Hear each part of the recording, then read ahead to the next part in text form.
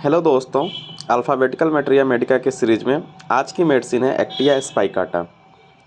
ठीक है, एक्टिया स्पाइकाटा जो मेनली इसका यूज है रिस्ट पेन के लिए किया जाता है।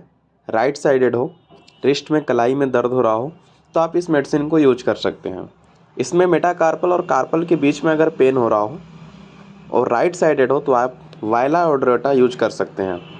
ठीक है दोस्तों, एक्टिया स्पाइकाटा के सबसे खास फीचर है कि अगर थोड़ा सा वो फटीग या एग्जर्शन कर देता है तो उसके जॉइंट्स में स्वेलिंग हो जाती है।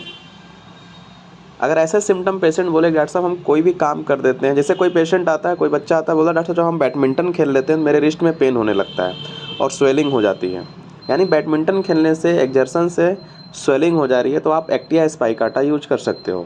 मैंने लिखा है over use of any joint, जिसकी वजह से उसे पेन हो रहा हो।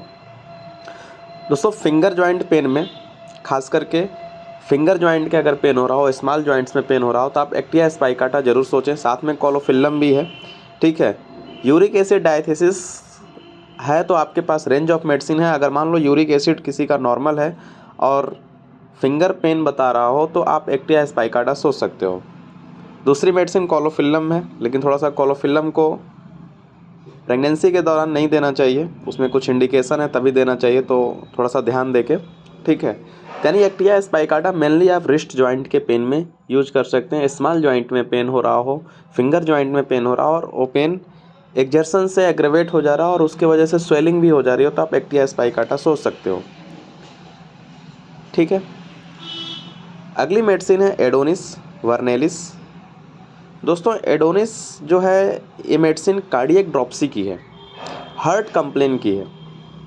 इस मेडिसिन में जो प्रूव हुआ था तो उतने ज़्यादा सिम्टम नहीं निकले, लेकिन कार्डियक से रिलेटेड यानी हार्ट से रिलेटेड जितनी भी डिजीज़ है उसमें आप एडोनिस सोच सकते हो।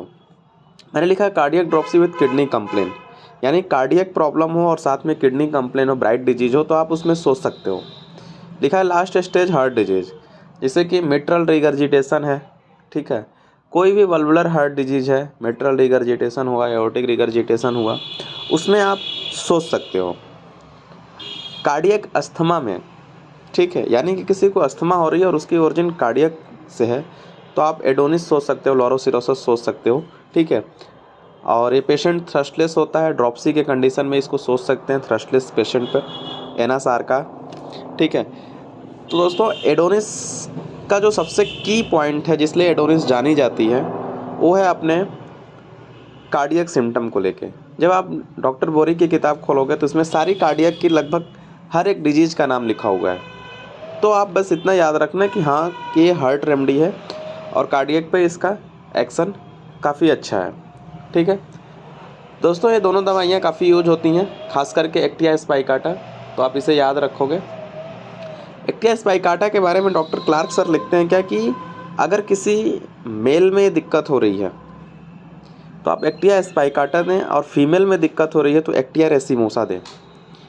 एक्टिया रेसिमोसा हम तब बताएंगे जब सिमिसिफ्यूगा पढ़ाएंगे। आजकल जो है सिमिसिफ्यूगा के नाम से आती है, तो जब हम अल्फ़ाबेटिकली जाएंगे और सी से आएगा तो वहाँ बताएंगे। लेकिन ये कोई माने नहीं हुआ, लिखा हुआ किताबों में तो मैंने बता दिया, लेकिन मैंने दोनों लोगों पे वर्क करते हुए देखा है, मेल और फीमेल दोनों पे। तो स्मॉलर जॉइंट में पेन हो रहा हो और रिस्ट में पेन हो रहा हो, एग्जर्शन से बढ़ रहा हो तो दोस्तों मेटाकार्पल और कार्पल के बीच में अगर पेन हो रहा हो तो वायला ऑड्रेटा मैं याद दिला दूँ।